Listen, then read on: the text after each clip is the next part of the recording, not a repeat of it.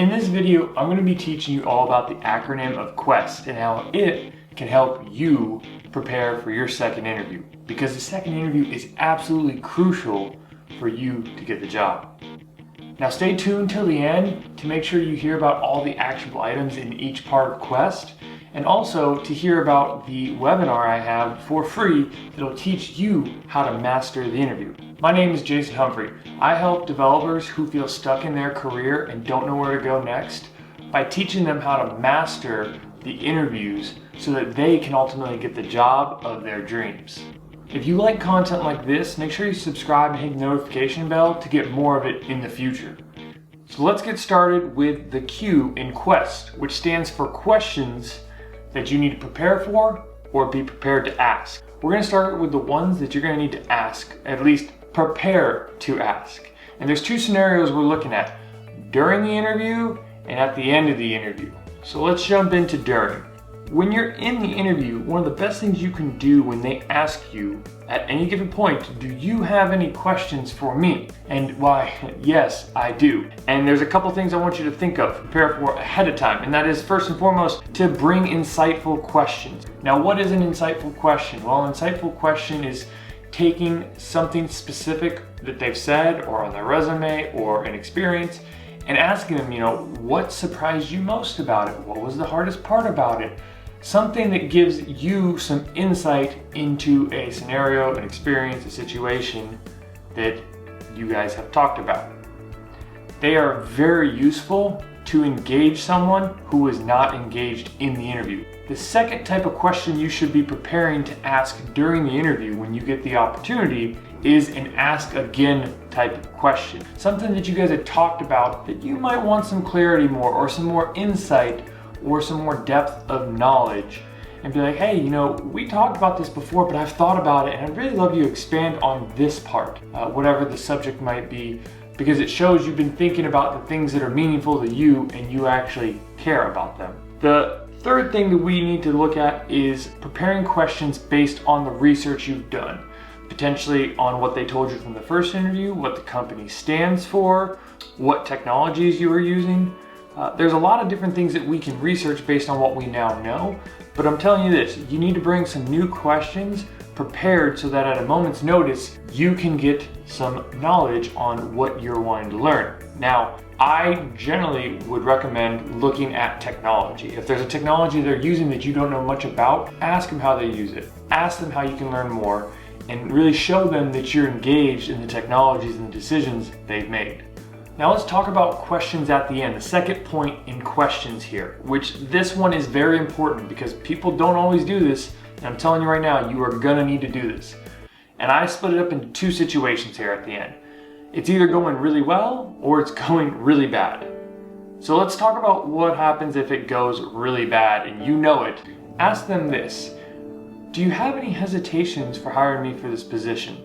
You need to ask this question to get them to open up about how they truly feel, to see if there's anything else you can address in this moment. Now, if the interview is going really good and we're in this situation, you get to the end and they ask if there's any more questions, this is a prime time to do two things. One, give your elevator pitch. Here's the other thing you do that you ask. You, knowing it's gone well so far, you ask a question that forecasts your future.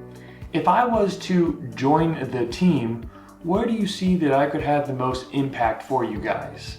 Now let's talk about the third part about this questions in QUEST, and that is questions that you need to prepare for. Up to this point, right, we've been preparing questions to ask people, but now we need to prepare a little more for the questions we're about to get asked. Specific stories and experiences you've had, because it's a tell sign from the first interview what they might ask you in the second based off, are they interested more in your back-end stories? What are they interested in? And you need to go prepare stories based off that on your resume.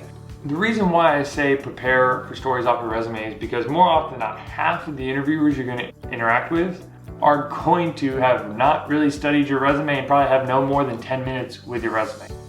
So my point to you here in this part of the QUEST is that you need to understand what you learned from the job description, the recruiter, your resume, and that first interview, and pinpoint and see if you can understand their problems. Because if you can ask questions that are geared towards their pain points and to their problems and potential solutions that you might have or have done in the past, well, this is when you start getting on the quest to success. Yeah, that's corny, but I'm gonna stick with it. On to the next letter in quest. We're gonna go to the U now. What does the U stand for? Understanding their problem. Your employer is hiring you for a reason. They have pain points that they're struggling with. There's a problem they are trying to solve out there in the world that customers are looking for. With knowing this, we know exactly why they're looking at you, because they're looking at you to help solve this exact issue and pain they're feeling. But that's not to say that this problem has to be extremely complex or anything out there that's crazy. It can be as simple as they need help with coding. They need help with the output of work. They need help to build their front end so customers can come see what they have. Because they need you to help solve the problem for the customers that have the problem to ultimately make the business grow. Let's get to the E in quest for expectation. The reason why this is here is because the expectation needs to be this is going to be a hell of a lot harder. Because it is going to be. You are going to be put under the gun a bit more. There's potentially going to be more coding problems. There's definitely going to be some scenario questions and some insight questions. And now, what do I mean by that? I mean this.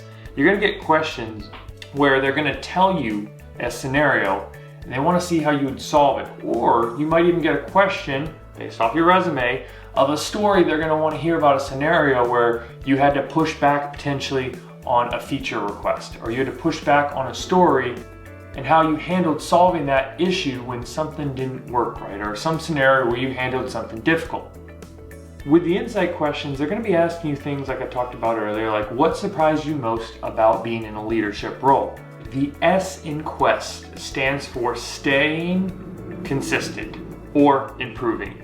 But generally, at least staying consistent is what we want. And what I mean by that is make sure your stories and your motives stay the same at a minimum, because you do not want to about-face change and say one interview that you really love the front end and to the next interview, I really love the back end now. I'm willing to bet your first interview was also on the phone, so it was much easier to be confident and calm and collected, but this is where you have to stay consistent with that as well. And there's a couple things you can do right off the bat in the interview that will help out this. First is keep your body language open and make sure you have a good handshake. Two simple little tips that can help you with making sure you stay consistent. Last but not least, the T in quest stands for take to the interview. You're gonna be one taking these 4 things with you. First and foremost, copies of your resume.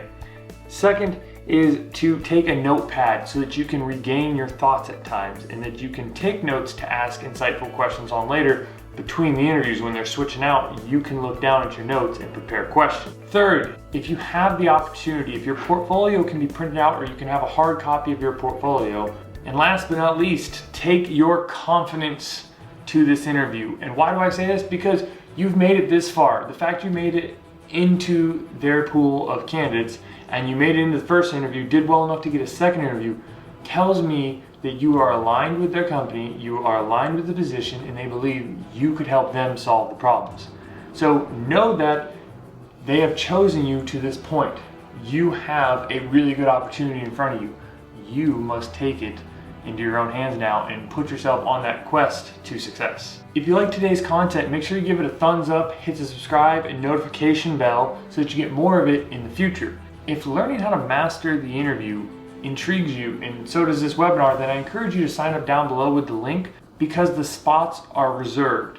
And once all the reserved spots have gone up, that's it. The webinar will be fully maxed out. And the beauty of this webinar is if you reserve, you automatically will get a recording even if you can't make it the night of the interview. So I encourage you to sign up now down below. Overall, what did we learn today? We learned that if you're preparing for the second interview, you should be on a quest. Now, what does the quest stand for again? Questions, first and foremost. You got to prepare questions and be prepared to get asked questions. You must make sure that you understand the company's problems and pain points. You must also set your expectations higher. You also have to stay consistent. And last but not least, you have to take certain things to the interview, such as a notepad, your resume, You do these 5 things and your quest will be complete to success.